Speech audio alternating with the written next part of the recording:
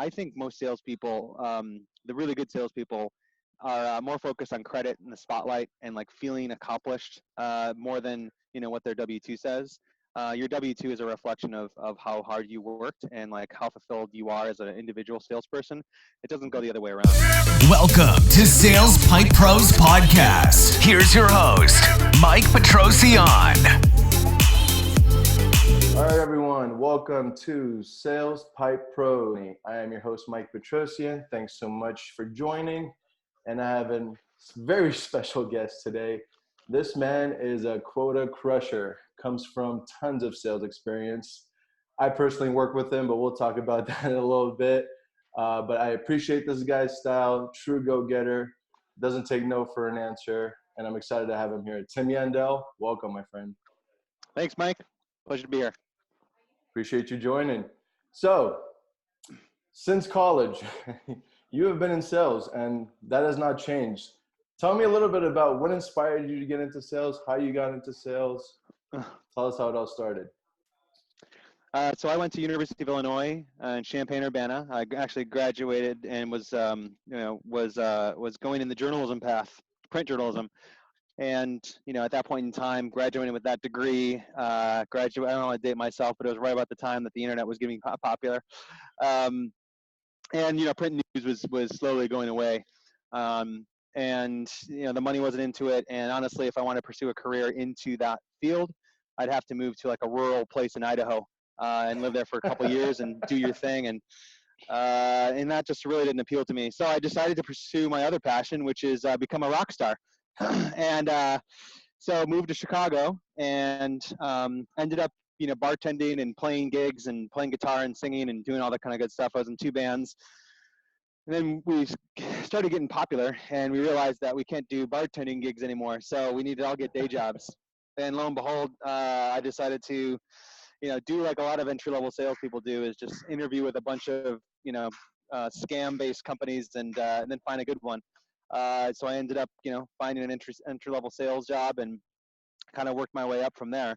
And then realized that as soon as the band kind of was falling away, we had a little bit of a difficulty, like VH1 behind the music, a little bit of disagreement between the songwriters. And at that point in time, my sales career was kind of taken off, and I was becoming good at it. So when you start to work on things and you become good at something, it does wonders for your interest level. So Awesome, that's man. how I got into it. From journalism to rock star to sales star. Yeah, typical path that everyone could follow, right? Awesome. So you got into sales. Clearly, you were great at it. What are some of the methodologies that you adopted early on that really let you crush it in sales right away?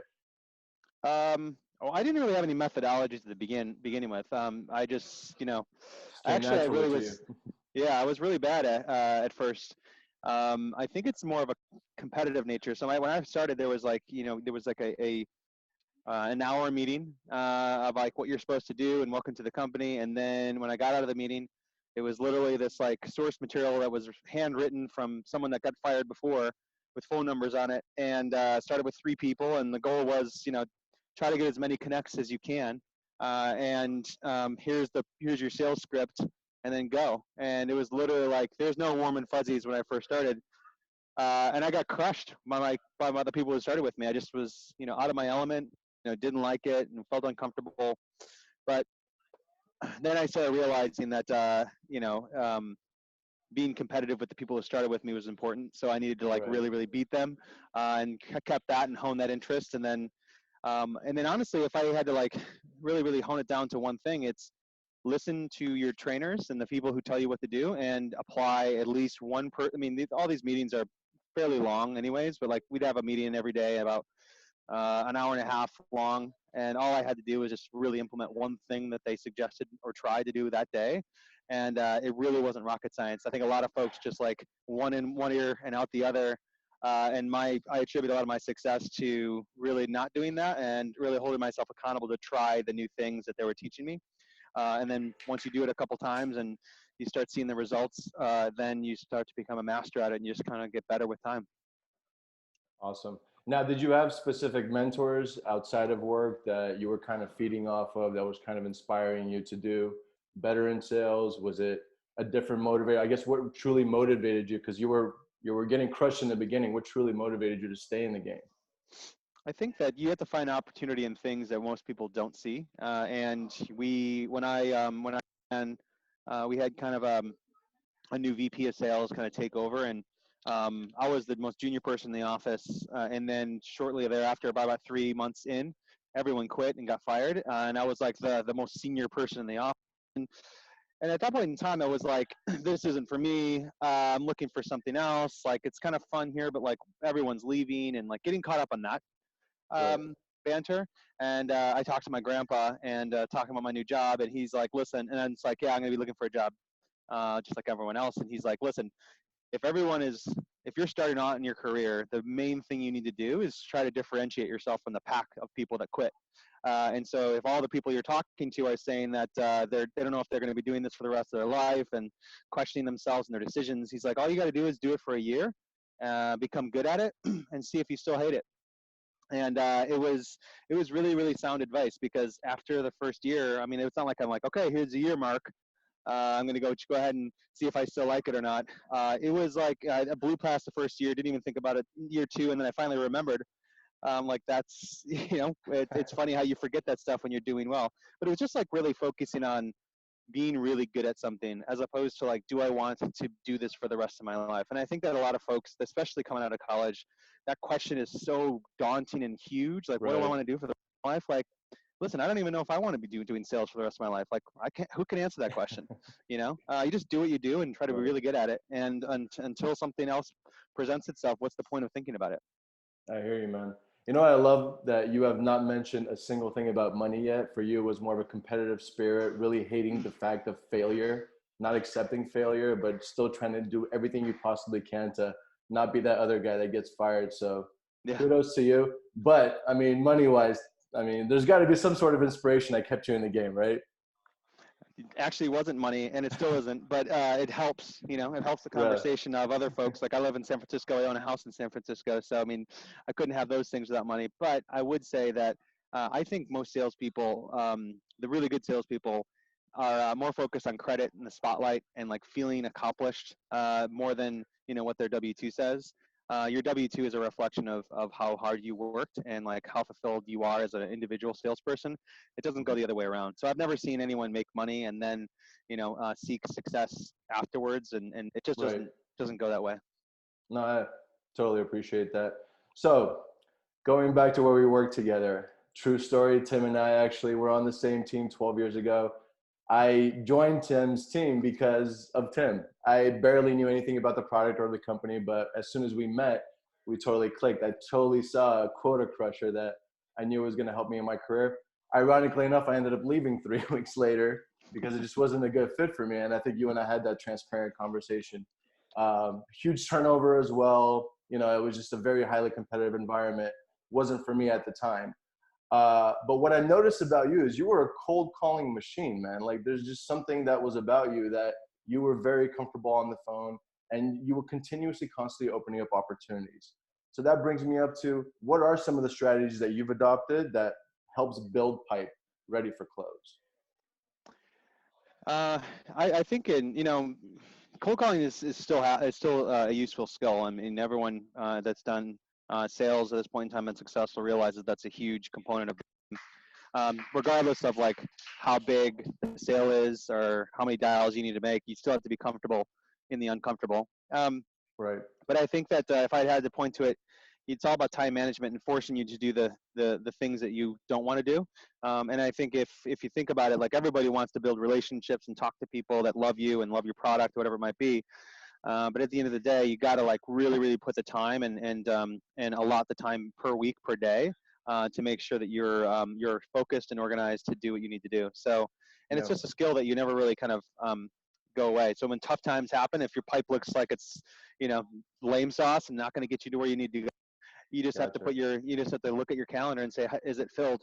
If it's not filled, that's your fault. So, pick up the phone or shoot a LinkedIn message or go on Twitter or however you get people to respond to you, and maybe all of it above, and then do it.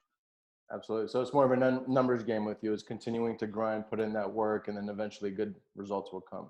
Yeah, it's like working out, right? It's like you gotta if you want to run a certain distance, and you have to run, you got to run regularly and make sure your muscles get larger so you can run that marathon. Touche.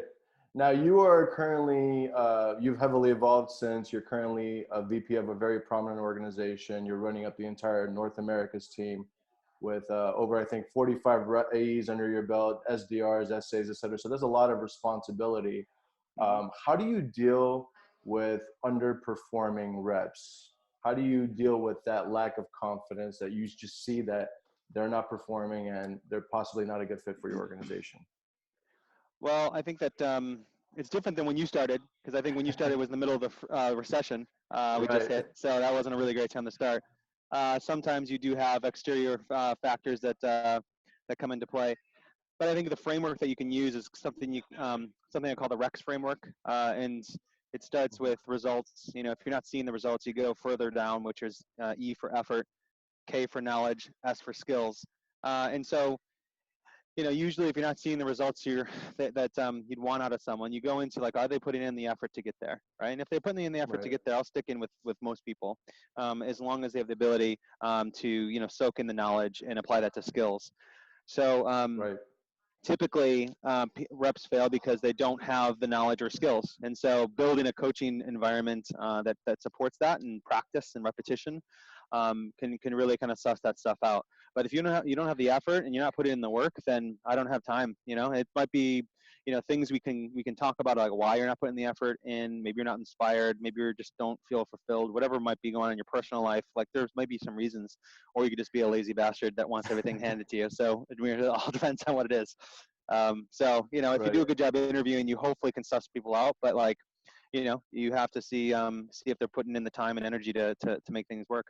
Absolutely. So it's your belief that this is not a skill that you're just born with. I mean, there's some amazing sales people out there that just do it, but this is a skill that you could potentially attain with the right amount of resources, with the right amount of time, and with the right mentors, of course. Absolutely. I mean, I have there's an article that I wrote a while ago on LinkedIn. It's called "Introverts Are My Favorite Sales Hires." And it's got a little controversy, obviously, because it stirred the pot in a lot of salespeople that are like uncomfortable with the fact that introverts can do sales. And the reason why I say that is like because I think introverts know that they have, if they're in sales, they know they have a mountain of things to learn and kind of catch up to those naturally gifted salespeople. Right. And the naturally gifted salesperson, like going into a room and owning the room and like working the audience and everything like that, typically works less on their craft than someone who doesn't have that innately. So I do appreciate the folks, especially these days, that continually work on the craft of sales and focus on themselves as motivation, as opposed to just Johnny sales guy that just hams a room and just doesn't improve. Right? They hit their ceiling probably on year 2 of sales. Yep, absolutely. I actually recently learned this at another organization I was with. One of the managers there put this perfectly. He said that there's really two ways a salesperson could succeed. There's the art of sales, and then there's a science of sales. And the art of sales, usually the ones that are born, the ones that own the room, but there's a science of sales where you really put together the value, regardless of how persuasive you are, how confident you are. By having those numbers and everything, and that strategy in place, it could just be as effective, if not more effective, than the artistic salesperson. Would you? Yeah, I agree. Sounds like you're in alignment with that. I mean, you have to. You have to have a little bit of both to be really, really great. But you can learn. You can learn both, and so it really depends on like what you're coming into, and just realizing that you've got a lot to work on. So regardless of where you are. So I get hit up on LinkedIn all the time, Tim. Growing up in San Francisco, I'm clearly blessed working in the tech industry. Obviously, a lot of opportunity here, but I get hit up all the time from people like family, friends around the world. Like, how do I get into tech sales? I want to do what you do. I want to make that big money. And it's comical to me, and I have my own response, but what would you say to someone that says, hey, Tim, I'm ready for this. I want to get into sales. Teach me, train me, get me going. To tech sales or just sales in general? Let's go with tech sales because that's what we know, but I guess sales and jokes are broad. Tech sales is a good start there. I think it goes into why, like what's your why, and a lot of folks are like, well, that's what I see a lot of people being successful at. And that may be a good reason for someone, but I mean, at the end of the day, like that's a weak reason when challenges hit, because I think that like you have to really, really innately. I mean, I face challenges, you face challenges. Absolutely. It's not all kind of sniffing roses, and you have to have like at your core what you're doing this for. It could be for someone, it could be for yourself, it could be a lot of different things, but you have to have that why that keeps you going. And so if someone wants to get into sales, that's fine. I mean, tech sales and sales and whatever it might be, but you have to like really, really be confident in your core and be focused. Like I said Absolutely. before, like the best thing I did was just, once I started and felt uncomfortable and wanted to give up, just to kind of just, quit whining and actually do it for a year. And then it ended up kind of manifest destiny from there. Absolutely. Now, same question goes to people because you're managing a huge team now, entire territory. What about someone that's currently an individual contributor that wants to get into management and do sales that way? What advice would you give to someone that way? I'd say be careful what you wish for. I mean, that's you have to really, really. That goes back to the why as well. And if it's like, hey, it's my next step in my career, that's not the right reason. You have to be really, really passionate about like putting yourself last. You got to be really, really passionate about like no longer putting yourself in the spotlight. You got to be comfortable with like making sure that when things go wrong, it's your fault. When things go right, it's your team's. And a lot of folks, especially in sales, like I said, you're used to the limelight, you're used to getting all the attention, you're used to be the top of your scoreboard and everything like that. Then it's like you got to put those days behind you, and you have to be fulfilled by the loneliness that comes with sales leadership. Like there's no one to commiserate with. You can't be like going down the elevator with a peer and be like, complaining about your day or something like that. Like you got to like you got to do all that internally. So a mentor of mine said a while ago, it's like, sales leadership is the loneliest job you can get, right? Because you got to be, there's no one you can share your frustrations with, because, you can't kind of push that stuff downwards. Yeah. And when did you make this decision? You're obviously doing great in the individual contributor role. What inspired you to say, okay, now I want to be head of sales. Now I want to be a VP and manage all these people? Well, I think I didn't take it for the right reasons. I mean, I was one of those same folks. Like it was, I started managing 2 years into my sales career, way too early. And when I became a manager, I just hired a bunch of people around me and I just did the job. And I'm like, hey, I probably did it to you. I'm like, Mike, you want to know the job? Watch me. And then that was my training methodology. That's pretty much what happened. Yeah. And lo and behold, it wasn't what you needed. And so, it wasn't until like I started, taking on more and more where I'm like, okay, I can't carry this team. I can't carry this office. I can't carry this division, when I had to kind of really let go. And I think that's the main thing that kind of happens when you're an IC that goes into manager. You're going to have to be comfortable with not controlling everything. And you're already in sales, not in control of your entire destiny, Right. because you have buyers that can say no every single day. And so you're not in full control of what you do. Then you have a rep that works for you. You can't even control what they say, and so like you're in control of nothing at that point in time, Right. but yet you're in control of everything, because you have the infrastructure, you have the swim lanes that you're focused on, you have, making sure that they have the right, pitch in front of them, the value proposition, they're qualifying appropriately. And so I think it's just like letting go and then delegating appropriately with the people underneath you. And then once you do that, you can start scaling. Absolutely. And it sounds like you were kind of thrown into this opportunity and you decided to, carpe diem, let's really take this hold. But did you, outside of trial and error, did you have any sort of resources or books or classes or something that prepared you for that level of responsibility? No, I mean, not at that time, no. So it was promoted, and frankly, I was like scared out of my mind. I mean, I've never went west of, I think, Vegas at that point in time, from Chicago to San Francisco, and then I'm moving my life here. So it's quite an interesting time. But I think at that point in time, I had no choice but to be successful, and, Right. moving to San Francisco, more expensive, and it was just literally what I ate and breathed at that point in time. So Mhm. I did have some good mentors that I learned from. It wasn't until probably 2008, 2009 when I started realizing that I needed to learn more. There's more to the sales playbook than what I was being taught. And so that's when I started, really, really looking at business books and reading as much as possible. And I still do that to this day. Right. And with respect to like, are there any courses that you would recommend for like someone that is an introvert, for instance, or any sort of programs like a Sandler, Medic, or is there anything that you would specifically tell someone to adopt or recommend someone to adopt in order to get into this? Not a specific one. I think that try to read, like, The Hard Things About Hard Things is a good one. Oh yeah. There's a book called um, there's a number of different books, but I forgot the one I was thinking about that had the more like the power of selling loss to people. And it's more of a psychology book. But if you're looking for blocking and tackling, there's tons of stuff on HubSpot. Mark Robiget does a ton of really, really good books that he writes, and that's really good for anyone kind of starting out on the basics. Mm-hmm. Methodology-wise, Sandler's a good one. Sandler's old though, and then Challenger Sale is another one that's kind of sprung up from that. And then if you all want to look at some good methodologies out there, a company called Winning by Design has a ton of content on YouTube that just peppers you with how to sell, and that's been my methodology moving forward. But it's very similar, rooted in like the Sandler methodology. It's just a new modern framework for it. Gotcha. And last but not least, man, I mean, what's next for Tim Yandel? Are you trying to go the CRO route, manage the entire world? I mean, what are your goals for the next 1, 3, 5 years? Well, I think that I moved from the services business to SaaS in 2013, and the main reason why was I think it's that celebrating that big victory, at the end. I mean, when you go into software, and it's a buzzword, SaaS is a buzzword, and it's not because of that, but I think it's because the whole company is charging towards an exit event as opposed to a lifestyle.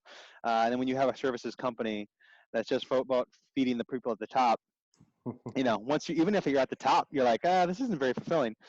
The crossing the finish line of whatever that finish line might be, acquisition, IPO, I've had a couple successes, but nothing that's like the big one. And I think that's really drives me right now, is like going after that big one of saying, like, we did this, right? We made it to this event together, and all the different, trials and tribulations are really, really important to get us there. So it's really less about like what my title is. It's more about like the team that we build and making sure we get to that finish line. And it's fulfilling from that standpoint. Absolutely, man. Well, I got to tell you, in the 3 weeks that I've worked under you, I learned a lot. And to this day, I remember I was on a cold call one time and I said, "Good afternoon, sir. How are you?" And they like, "Put the phone down. Don't ever say, sir, you're bagging our groceries."